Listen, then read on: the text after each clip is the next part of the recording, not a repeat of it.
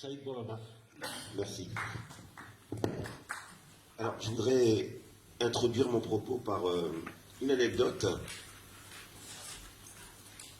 un constat et un commentaire d'un chiffre. L'anecdote, elle date de 3 ans, où j'étais dans mon pays, dans la perspective de contribuer à la construction, à la reconstruction d'un parti communiste. Et dans une réunion, j'étais en présence de syndicalistes algériens et de syndicalistes de la Sonatrach. Alors, la Sonatrach, c'est en gros l'équivalent de Renault ici dans l'histoire du mouvement ouvrier français. Quand la Sonatrach se met en grève, eh bien, c'est le signe que quelque chose de très fort est en train de bouger. Et je les interrogeais par rapport au discours qui existait sur l'impérialisme chinois. Et un des syndicalistes, un des leaders syndicaux de la Sonatrach me disait « Mais il suffit de comparer. Certains Français sont restés ici plus de 100 ans et parlaient toujours pas ni l'arabe ni le berbère au bout de 100 ans. On a des camarades chinois avec qui on travaille aujourd'hui, qui en 4 ans parlent l'arabe, parlent le berbère. Certains ont même fait souche ici et ont épousé des Algériens ou des Algériennes. Autrement dit, rien que cette dimension-là indique le type de rapport différencié qu'entretenaient les anciennes puissances coloniales et de ce qui est en train de se construire dans le rapport Chine-Afrique aujourd'hui. Le constat, bien, c'est de vous demander si vous êtes encore sensible à ce que les médias occidentaux n'arrêtent pas de diffuser sur la Chine, de simplement cumuler tous les discours. Parce qu'on les entend, on passe à autre chose, mais si vous les cumulez, ben vous vous rendez compte qu'on a vraiment là affaire à une offensive idéologique. La Chine serait dans la destruction du peuple tibétain opprimé, dans le massacre des musulmans et ouïghours, dans le soutien aux dictatures en Afrique, elle serait une menace militaire. Si vous cumulez tout cela, il y a bien cette image d'impérialisme chinois qu'on essaye de nous instituer dans nos consciences. Soulignons d'abord que ce n'est pas un nouveau discours. Ça ne vous rappelle rien? Vous avez sur la table de presse là-bas, avec le recul du temps, on a toute une série d'analyses qui déconstruisent les discours qui ont été tenus sur l'Union soviétique pendant des années, où on retrouve tous ces ingrédients-là, qui étaient déjà mis en avant, et qui aujourd'hui sont de nouveau mis en avant pour nous amener à ne pas regarder la réalité de ce qui se joue aujourd'hui en Chine. Et le chiffre, il est assez simple. Chaque année, les Nations Unies, lapsus révélateur, les Nations Unies évaluent ce qu'ils appellent les objectifs du millénaire.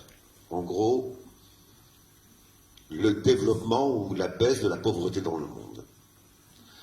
Depuis près d'une décennie, c'est entre 80 et 93% de la baisse de la pauvreté qui est due à la Chine. Autrement dit, lorsqu'on nous présente un chiffre comme ça, ce n'est pas la pauvreté qui baisse partout dans le monde. C'est une pauvreté qui baisse particulièrement en Chine et qui transforme les moyennes. Alors si je dis tout cela, c'est parce que nous sommes en France et que le Français moyen, sincère, qui veut s'informer, qui allume sa télé, qui lit les journaux, est envahi de toute une série de discours, en particulier en ce qui concerne les rapports de la Chine et de l'Afrique, qui sont des discours qui en gros mettent en avant l'idée que la Chine a beau se dire socialiste, elle met en fait des pratiques commerciales, économiques, de domination vis-à-vis de l'Afrique, en gros, une dynamique impérialiste. Et cela va du Monde à BFM, en passant par les différentes chaînes de télévision. Le drame, il est comme par le passé, c'est qu'on a même des gens qui se croient ou qui se prétendent marxistes, qui vont se faire le relais de ce type de discussion. Donc on a ce discours-là hégémonique. Puis on a notre discours, qui passe peu dans nos médias, qui est le discours du gouvernement chinois lui-même, que je voudrais résumer en citant une phrase de Hu Jintao, j'espère ne pas déformer son nom. La Chine est le plus grand des pays en développement. Il parle du rapport avec l'Afrique. Et l'Afrique est le continent qui en compte le plus grand nombre de pays en développement. Le peuple chinois et africain nouent des rapports d'égalité, de sincérité et d'amitié, et se soutiennent mutuellement dans leur développement commun. Alors, comment trancher entre ces deux discours? La Chine est impérialiste et la Chine développe des rapports d'un nouveau type avec les pays africains. Eh bien, pour répondre à cette question, il faut tout simplement reprendre les vieilles habitudes méthodologiques. Et en particulier, ceux qui se disent de gauche, ceux qui sont marxistes, eh bien, reprendre quelques éléments de méthode un minimum scientifique. D'abord, contextualiser.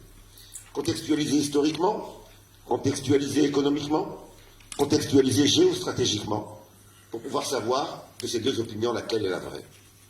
Je le rappelle, pour ceux qui se revendiquent du marxisme, une des lois de la dialectique, c'est de contextualiser. Les choses n'existent pas en dehors de leur contexte. Comprendre une réalité, c'est la resituer dans l'ensemble de ses interactions. Une fois qu'on a fait cela, bien entendu, ça ne suffit pas. Et donc, il faut aller comparer. Comparons donc les rapports entre le centre et la périphérie, le centre impérialiste et la périphérie dominée, donc entre l'Europe, les États-Unis et l'Afrique, et les rapports que la Chine tisse avec l'Afrique. Et enfin, troisièmement, cela nous permettra de saisir ce que signifie cette idéologie actuelle visant à présenter l'existence d'un impérialisme chinois. Alors commençons par la contextualisation. Historiquement, et c'est pour cela que j'ai commencé par une anecdote africaine, historiquement, la Chine n'est pas une réalité nouvelle en Afrique. Tous les militants des indépendances, toute la génération qui s'est battue pour les indépendances connaissent la Chine. C'est complètement avoir un regard eurocentré que de considérer que la Chine est une réalité nouvelle pour les Africains. Il suffit de prendre en compte simplement la place de la conférence de Bandung dans la dynamique de décolonisation africaine. Et ça a touché des générations de militants. Et la Chine a été un des acteurs essentiels dans ces luttes liées à Bandung. 1955, en réalité, c'est un des points d'accélération du mouvement de décolonisation. Et la Chine ne le fait pas de l'extérieur. Elle le fait parce qu'elle-même a vécu l'humiliation impérialiste. Faut-il rappeler que le grand apport de la révolution chinoise, ça a été de la sortir de ces relations de dépendance, de pillage, d'humiliation que les grandes puissances européennes lui faisaient vivre. Et avec cette histoire-là, eh bien, force est de constater la différence d'héritage historique. L'Europe a un héritage d'esclavagisation de l'Afrique, de colonisation de l'Afrique, alors que la Chine a un héritage d'histoire commune avec l'Afrique. Et l'analyse des dirigeants chinois s'appuie sur cette histoire. Elle s'appuie et elle renoue, elle renforce des liens qui étaient existants antérieurement. Alors bien sûr, cette dimension historique ne saurait suffire. On peut très bien avoir une histoire commune et puis ensuite se transformer en pays dominant l'autre. Alors regardons au niveau économique. Pour tous ceux qui concluent un peu facilement que la Chine est un pays impérialiste, il faut leur demander d'aller replonger quand même dans ce que l'on appelle l'impérialisme. Je vous rappelle ce que nous apprend Lénine. L'impérialisme, ça n'est pas simplement des relations économiques dont l'un est plus puissant que l'autre. L'impérialisme, c'est d'abord l'exportation de capitaux dans l'objectif de maximiser un taux de profit et ainsi de contrebalancer la baisse du taux de profit. Et c'est important de revenir à ça parce que tous ceux qui aujourd'hui parlent de Chine impérialiste utilisent le mot impérialisme sans jamais le définir. Je vous défie de trouver une des revues, un des articles qui parle d'impérialisme dans lequel il nous donne la définition du concept d'impérialisme. La Chine ne se caractérise pas aujourd'hui par une baisse du taux de profit. Il n'y a pas de baisse du taux de profit en Chine. En Chine, les potentialités du marché intérieur restent largement existantes, restent énormes.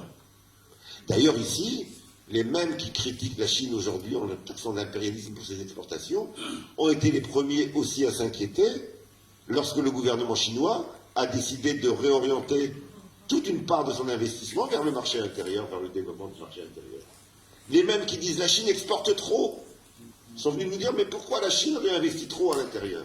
Et on voit bien cette contradiction-là. Quel que soit ce que fait la Chine, en réalité, on va nous le présenter comme étant quelque chose de scandaleux. Il suffit de regarder les flux entre la Chine et le continent africain, qui sont essentiellement des flux de marchandises, même s'il y a des investissements bien entendu. Et Lénine nous le rappelait très fortement. L'impérialisme, c'est le passage de l'exportation de marchandises à l'exportation de capitaux. Et ce n'est pas cela qui caractérise essentiellement les rapports entre la Chine et l'Afrique. Les besoins de l'économie chinoise, en réalité, sont ailleurs. Les besoins de l'économie chinoise, nous les connaissons tous, sauf ceux qui ne veulent pas les voir. C'est de ne pas manquer de matières premières et d'énergie nécessaires pour maintenir son développement économique, qui est une nécessité par rapport à l'ampleur des besoins du peuple chinois. Nous n'avons pas affaire à l'obligation de nourrir et de mener à l'aisance un peuple de 5 millions, de 10 millions, de 15 millions, de 50 millions de personnes. Nous avons affaire à un travail titanesque qui est entrepris aujourd'hui en Chine.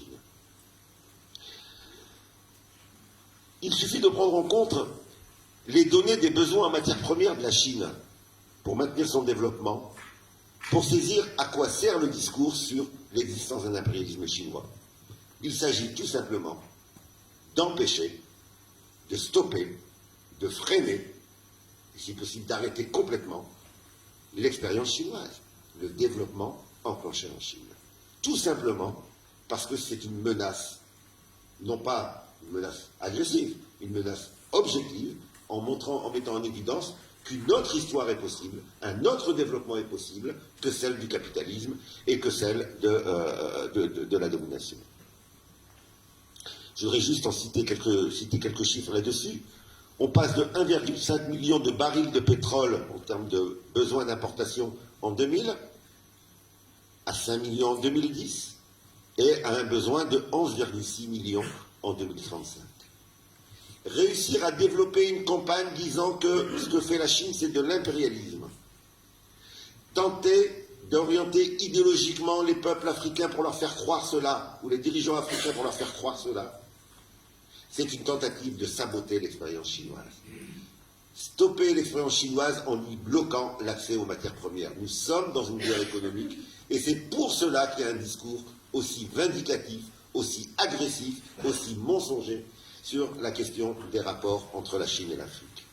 Ce qui ne veut pas dire qu'il n'y a pas de problème, ce qui ne veut pas dire qu'il n'y a pas de difficulté, qu'il n'y a pas de dérive, qu'il n'y a pas de contradiction. Mais globalement, la base matérielle du discours sur l'impérialisme, c'est qu'il faut stopper l'expérience chinoise en lui coupant l'accès aux matières premières dont elle a besoin pour nourrir son peuple et pour contribuer à son passage à l'aisance. Et il en est de même, je pourrais citer d'autres chiffres sur le gaz, sur le fer, sur le cuivre, sur le cobalt, sur le chrome, sur le nickel. C'est tout le projet de développement chinois qui serait en crise s'ils réussissent à faire passer cette idée que, attention, ils vont vous piller. Et c'est ça que l'on tente idéologiquement de faire passer. La Chine a donc un besoin impératif d'assurer une pérennisation de son approvisionnement, non pas pour maximiser un taux de profit en baisse, mais pour maintenir son développement. C'est ce qui est dit ouvertement. Voilà ce qui est énoncé dans le discours au dernier forum Chine-Afrique. Le devoir de la Chine, dit M. Yun Cheng, vice-ministre des Affaires étrangères, est d'assurer une vie décente à ses 1,3 milliard d'habitants. Vous pouvez imaginer le défi que cela représente et la pression énorme que cela fait peser sur le gouvernement. Je crois que rien ne compte davantage. Tout le reste doit être subordonné à cette priorité nationale. Et pour cela, eh bien oui, il y a besoin de l'accès à un certain nombre de matières premières. Du côté africain, maintenant, les économies sont caractérisées par quoi? Les économies africaines restent dans une dépendance néocoloniale extrêmement forte vis-à-vis des pays de l'ancienne puissance coloniale, vis-à-vis des États-Unis et vis-à-vis du Japon, en gros ce que l'économie Samir-Amin appelle la triade. Cette dépendance se caractérise par la nécessité pour cette triade d'empêcher tout décollage économique. Par le biais de la monnaie coloniale qu'est le franc CFA, des accords de partenariat européens qui sont signés et qui obligent chacun des États à l'ouverture complète des barrières douanières, en se permettant des ingérences militaires et des guerres, avec des accords de défense qui permettent de s'ingérer dans les affaires intérieures du pays, etc. Bref, on a une situation dans laquelle ceux qui critiquent la Chine sont ceux qui sont les plus en ingérence aujourd'hui. Et en face de cela, on a une Chine qui a réussi de manière indépendante à opérer son développement économique, qui a montré qu'il était possible, lorsque l'on pensait d'abord aux intérêts de son peuple et sur la base d'un autocentrage des choix économiques, eh bien de s'en sortir et d'avoir un développement économique. L'exemple est contagieux pour l'Afrique et c'est pour cela qu'il s'agit aujourd'hui de le stopper.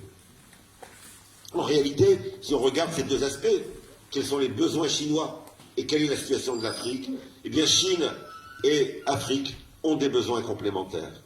L'émergence de la Chine comme puissance économique vient pour les pays africains briser l'effet de face à face de dépendance entre les pays impérialistes et chacun des pays africains. Ça permet aux pays africains de ne pas être contraints d'avoir des rapports avec ceux qui imposent des règles, qui sont des règles qui empêchent tout développement économique. Le projet de nouvelle route de la soie, dont on a parlé tout à l'heure, synthétise cette complémentarité en dotant l'Afrique, dans ce projet, d'une infrastructure de transport qui était, dans les rêves les plus fous, dans les échéances qui sont données, inimaginables avant cette proposition chinoise. Il faut se rendre compte que la colonisation a laissé chacun de ces pays quasiment sans route, sans infrastructure ferroviaire, que la néocolonisation a fait la même chose. Et voilà qu'un pays comme la Chine, pour son propre développement, et en saisissant la complémentarité avec les intérêts des peuples africains, pour sortir de l'isolement dont on veut, où on veut l'enfermer, eh bien propose un développement des infrastructures ferroviaires, routières, etc., qui sortent le continent de la dépendance avec un certain nombre de grandes puissances. Jamais on n'avait vu un projet aussi énorme. Jamais les intérêts africains n'ont été pris en compte de manière aussi massive. Ce sont les différents pays d'Afrique qui seront reliés par cette nouvelle route de la soie. Alors que jusqu'à présent, pour aller d'un pays africain à un autre, eh bien parfois c'était plus simple de passer par Paris, par Bruxelles. C'est cela que ça signifie, très concrètement, que ce projet. Et on voudrait nous faire croire que cela est de l'impérialisme, et ceux qui nous font croire cela sont ceux qui ont maintenu cette séparation des différents morceaux d'Afrique entre eux, de manière complètement éclatée, etc. Et ce projet, il est fait avec en plus des conditions économiques qui sont des conditions économiques que les pays africains n'ont jamais connues dans leur rapport avec les pays occidentaux. Le retour sur investissement est prévu à très long terme. Nous sommes là aussi pour tous ceux qui vous disent que la Chine est un pays capitaliste, dans l'inverse de la logique capitaliste. Le capitalisme ne connaît que le court terme. C'est le profit maximum au terme le plus court possible. Le long terme est contradictoire avec le capitalisme. Ce qui ne veut pas dire qu'il n'y a pas de tentatives de planification, etc. Mais en tant que logique, le capitalisme est un système de court terme. Et là, on a un projet qui ne renvoie pas à un retour sur investissement ni à 6 mois, ni à 1 an, ni à 3 ans, mais sur une période historique de plusieurs décennies. On a là l'exemple même, pour moi, un des critères qui permettent de dire que nous sommes sur autre chose que le capitalisme, contrairement à ce que l'on nous met en avant aujourd'hui. Le 7e sommet sino-africain résume les choses comme suit. Chine et Afrique, c'est le titre qui était donné, vers une communauté de destin encore plus solide via la coopération gagnant-gagnant. Une communauté de destin. Ceux qui s'opposent à nous sont les mêmes. Ce sont les mêmes qui tiennent le discours sur l'impérialisme chinois et qui maintiennent aujourd'hui les pays africains dans la dépendance néocoloniale. Dans une perspective gagnant-gagnant, il s'agit de formaliser des objectifs dans lesquels chacun, en fonction de ses besoins, eh bien, vit un progrès. L'intérêt est donc réciproque et croissant, car la Chine sait que sa croissance de demain proviendra en partie de l'Afrique, mais l'Afrique sait aussi que la Chine peut nous fournir les infrastructures qui faciliteront son développement économique. Mais cela n'est toujours pas suffisant. Il faut également regarder au niveau géostratégique, contextualiser au niveau géostratégique. Nous ne sommes pas dans n'importe quelle séquence historique. Nous sommes dans une séquence historique particulière qui est encore travaillée par la fin des équilibres issus de la Seconde Guerre mondiale. Le séisme qu'a signifié la disparition de l'URSS, la disparition des pays socialistes, le déséquilibre du monde qui s'en est suivi, les volontés hégémoniques, les rêves hégémoniques que les USA ont pu avoir au sortir de ce qui a été objectivement pour eux une victoire à ce moment-là, eh bien, sont confrontés aujourd'hui à une désillusion. Ça ne se passe pas comme ils l'ont souhaité. Il y a des pays émergents qui jouent selon leurs intérêts et non pas simplement comme pions des intérêts des grandes puissances, des grandes puissances impérialistes. Il y a des luttes qui se développent. Et donc, dans cette séquence-là, les dangers de guerre sont particulièrement importants. Et cette émergence d'une multipolarité, cette émergence d'un certain nombre de pays, et en particulier de la Chine, crée des marges de manœuvre pour un certain nombre de pays africains comme ils n'en ont pas eu depuis très longtemps. Et cela met en évidence la possibilité de s'extraire en partie des règles du marché capitaliste mondial pour pouvoir faire ses propres choix. La Chine joue également, au niveau géostratégique, une fonction de frein objectif aux logiques de guerre. Regardez toutes les dernières guerres que nous avons connues. Quelle a été la fonction politique de la Chine? Dans quelle guerre est-elle impliquée? Aucune. Quelle a été sa fonction? À chaque fois, privilégier les dynamiques de négociation, les dynamiques de paix. Or, quel est le besoin des pays africains? C'est la paix. Quels sont les besoins des pays impérialistes? C'est la guerre.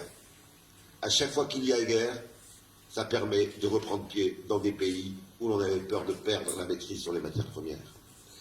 La Chine n'a participé à aucune ingérence militaire. Et rappelons encore une fois ce que Lénine nous apprenait, l'impérialisme, ça n'est pas simplement une volonté de domination coloniale, c'est la poursuite de la guerre, c'est la poursuite de la domination économique par des moyens militaires. Nous pouvons donc dire que le pouvoir croissant de la Chine est évident et que c'est un facteur positif pour le continent africain. Le discours de l'impérialisme chinois masque en réalité le danger pour cet impérialisme d'un monde multipolaire, d'un monde dans lequel le centre de domination est fragilisé par l'existence de contre-pouvoirs, d'autres logiques économiques, d'autres logiques politiques. Tout cela est bien beau, diriez-vous, mais concrètement, cela donne quoi? Eh bien, regardons du côté africain pour essayer de voir ce que cela donne concrètement. Le 7e sommet sino-africain en 2018 se conclut par l'annonce de 60 milliards de dollars pour le développement en Afrique, dont 15 milliards d'aides gratuites. Cette aide tourne autour de 2 milliards de dollars par an, soit 10% de l'aide totale reçue par l'Afrique, ce qui fait de la Chine l'un des principaux bailleurs de fonds du continent, en passe même de devenir le premier. Mais cela n'est pas simplement en termes d'aide, c'est aussi le résultat concret des échanges économiques. Cette aide et ces accords de partenariat vont, pour une grande part, dans le développement des infrastructures. Pour ceux qui ont l'occasion d'aller en Afrique régulièrement, franchement, on a l'impression qu'on n'est plus dans le même continent qu'il y a 15 ans. Dans chacun des pays, des grands projets de développement routier ont eu lieu. Les premières autoroutes en Algérie se sont faites par les accords avec la Chine. Dans la plupart des pays, vous regardez les aéroports, vous regardez, et vous vous apercevez du résultat concret de ce développement des échanges avec la Chine. Routes, ponts, voies ferrées, etc. Mais également, les écoles, les centres de formation, les hôpitaux sont des résultats concrets de ce développement des échanges. L'aide de l'Union européenne est, quant à elle, et c'est une grande différence avec la Chine, liée à des conditionnalités. Ce que la Chine ne fait pas. Elle ne lie pas son aide à des conditionnalités. C'est quoi ces conditionnalités qu'imposent les États-Unis et l'Union européenne? Eh bien, ce sont des conditionnalités libérales. Le modèle, le symbole, aujourd'hui ça existe sous d'autres noms, et pas simplement celui-là, ça a été les fameux plans d'ajustement structurel, qui, pour avoir un prêt, contraignaient l'État qui recevait ce prêt à diminuer la place de l'État, diminuer le nombre de fonctionnaires, faire des économies sur les budgets sociaux, empêcher la subvention au prix des produits de première nécessité. Bref, les conditions imposées pour les échanges économiques par les pays européens et les États-Unis sont des conditions qui poussent à une dépendance accrue, qui poussent à une pauvreté accrue, qui poussent à un libéralisme accru. La Chine, elle, passe des contrats sans aucune conditionnalité économique avec les États. Les États restent des États souverains. C'est leur souveraineté qui les amène à choisir leur politique économique et non pas de partenaires extérieurs avec qui on tisse ces contrats. Ce qui est assez amusant d'ailleurs, c'est que très souvent, on va vous parler de la Chine en disant « Oui, mais la Chine n'a pas de conditions en termes de droits de l'homme. » C'est-à-dire que pour justifier l'ingérence sur le plan économique, on nous met en avant la farce des droits de l'homme, qui bien entendu n'est qu'une farce. Comment continuer à parler de droits de l'homme quand on affame par nos politiques économiques les pays africains? Si vous empêchez un pays africain de simplement subvenir à ses besoins de base, venir lui dire que les élections, c'est ça qui est le plus important, ça n'a décidément aucun sens. En réalité, le discours sur les droits de l'homme qui est mis en avant, c'est tout simplement un discours de conditionnalité politique. C'est une manière de pouvoir s'ingérer. À chaque fois qu'un gouvernement nous embête en Afrique parce qu'il est trop indépendant, parce qu'il signe trop d'accords avec la Chine, justement, parce qu'il fait des choix qui ne sont pas ceux qu'on voudrait, eh bien, vous allez avoir des émissions télévisées sur les droits de l'homme bafoués en Chine. Très concrètement, je voudrais, pour terminer, donner un exemple concret. L'exemple de la République démocratique du Congo. Lors de l'arrivée de Kabila fils au pouvoir au Congo, il signe ce qui a été appelé là-bas le contrat du siècle, qui porte sur 9 milliards de dollars remboursables en matières premières. Et bien entendu, la Belgique va interpeller Kabila fils en disant « Mais que faites-vous? Nous qui sommes de vieux amis, de vieux partenaires, depuis les indépendances, nous collaborons ensemble, et vous nous donnez ce coup de couteau dans le dos à aller travailler avec la Chine. » Que répond Kabila fils?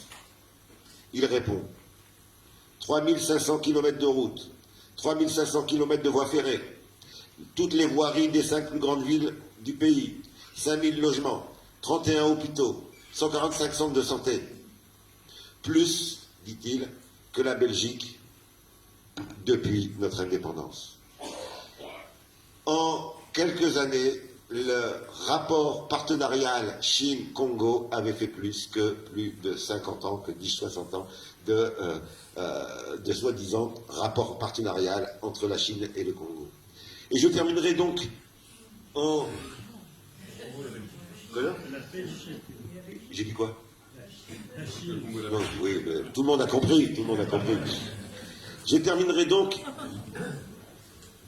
en vous demandant d'être extrêmement vigilant et de ne jamais oublier cette règle base de l'analyse matérialiste.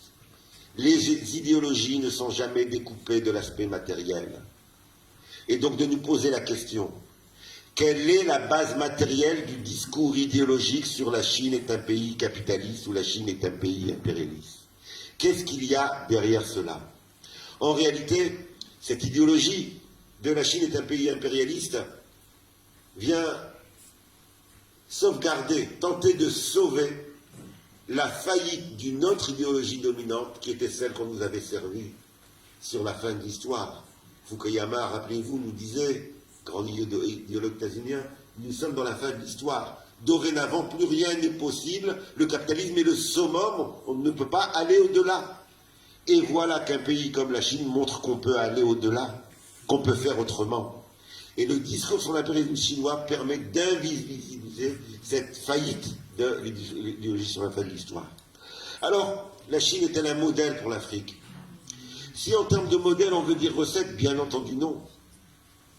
Mais je vais être un peu provocant, puisqu'ils attaquent tellement qu'on a tendance à se défendre. Non, la Chine n'est pas un modèle. J'ai envie de dire que oui, la Chine est un modèle pour l'Afrique. Non pas en tant que recette, mais au moins sur un certain nombre de points, qui sont des points incontournables, qui ont permis la réussite de la Chine, et qui permettront la réussite des pays, j'allais dire africains, mais en réalité des pays du monde entier. Quels sont ces points? Ça a été souligné plusieurs fois. Nous sommes dans une période historique où les classes dominantes nous disent moins d'État, pas d'État, l'État c'est mauvais. Et la Chine dit rien sans l'État. L'État doit être le garant de l'économie, l'État doit diriger l'économie. Voilà une leçon pour les pays africains. Pas de développement en Afrique possible sans cette place de l'État. Si l'État ne reprend pas place, et c'est pour cela qu'ils insistent pour la destruction de l'État. Secondo,